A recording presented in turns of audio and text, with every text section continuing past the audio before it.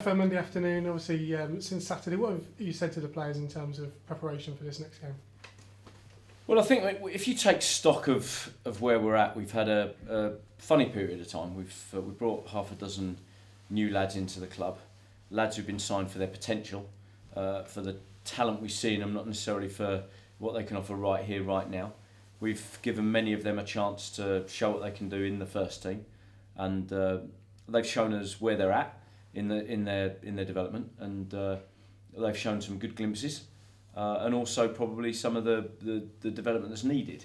So we've had a bit of a mini pre-season at the wrong time, if I'm frank, because we've played sides in the top five, 3 of the top 5, and we've played Bradford, who were 6th in the form table. So we've had a tough run of fixtures, and we've come a cropper, and that leaves a taste of disappointment in everybody's mouths. We've looked second best, and we have been second best. So there's no hiding from that. But you have to focus on the facts of the matter, and the facts of the matter are that we've gone through that period of change. We've lost the Callums, the Jermaines, the Connors, and we've tried to bed in some new lads who've got the potential to become the new Callum, the new Jermaine, the new Connor, and they're not quite there right at this moment in time. So we've suffered, and perhaps we could have gone about it differently, but we've gone about it in the way we have. We've had this sort of, as I say, a bit of a mini pre-season. A couple of good performances slung in amongst all that when we beat a lower end side in Chesterfield, where we really showed great resilience and great work ethic and great togetherness to fight that one out. And then 2 cracking performances against West Brom. So we've shown we've got the talent in the camp, we get it all right, but we just haven't been getting it right on a frequent basis. I think the West Brom game has probably showered the squad with too much praise.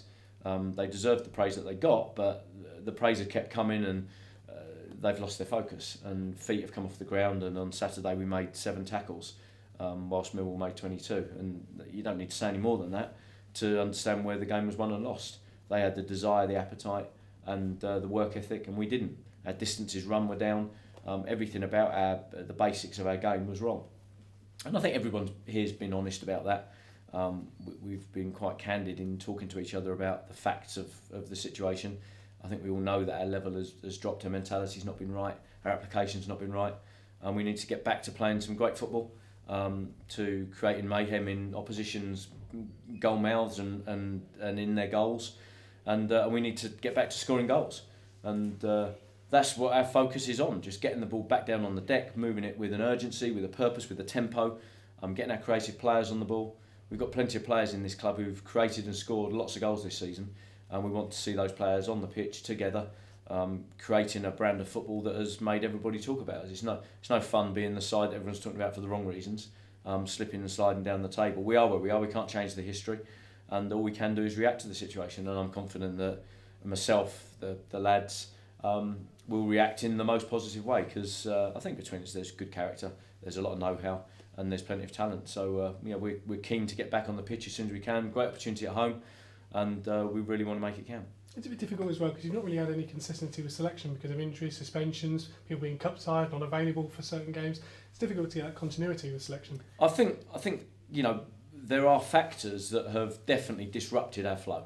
I say it's felt a little bit like a pre-season where you're not playing players because they've got a knock, or they're coming back from a long summer, and he's going to take a bit longer to get fit. Like a Gabby, do I play him? Don't I play him? Is he right? Is he not right? You don't know. So you're having to make decisions that aren't necessarily understandable to everybody because they're not looking at the statistics or the facts. There's so many measures nowadays, so many measures of where people are at. Whether it's their urine that's being tested, or bloods that are being tested, or heart rate monitors, or GPS systems. There's so much data available. There's so many facts that you're in possession of as a manager that you can make very reliable judgments on people. And so people look on from outside and go, well, why has he done that? And why has he done that? And normally there's very good reasons why you're making these decisions. But we have been disrupted.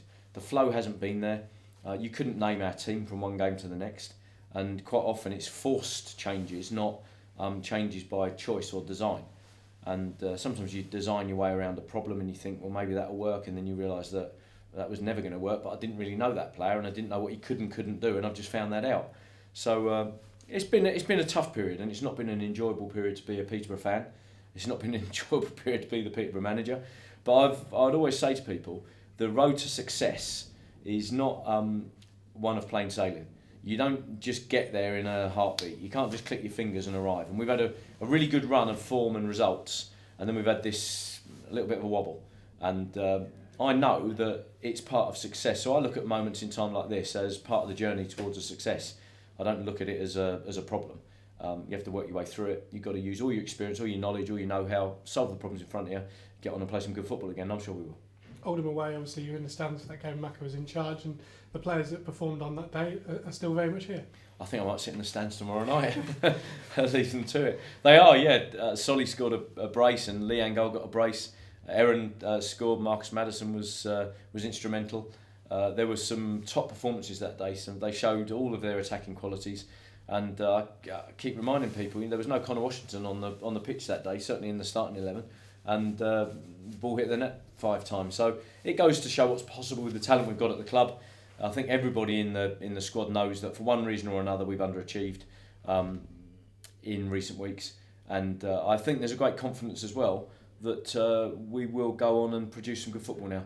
I think everyone's starting to get themselves together, everyone's finding their place in this new squad. You get to the end of pre-season and everything starts to sort itself out. That's the purpose of it. And we have definitely gone through a very difficult phase. Lots of change, lots of new faces, people learning each other, lots of inexperience has come in, lots of naivety has come in, and trying to iron that out and stop that from dropping the overall standards can be difficult. So we've had a tough enough time, but I think we're getting there. And honestly, I think I'd like to think that the weekend last Saturday at Millwall will be a low point for us, and that the only way is up from here. We've learned a lot of lessons. We've been very honest with each other. We can all look each other in the eye, all shake each other's hands, and we know we've got a responsibility to entertain our fans. They've been brilliant in tolerating what we've done in recent weeks. They've had some good times, but nowhere near enough, and we want to make sure that they enjoy being a Posh fan.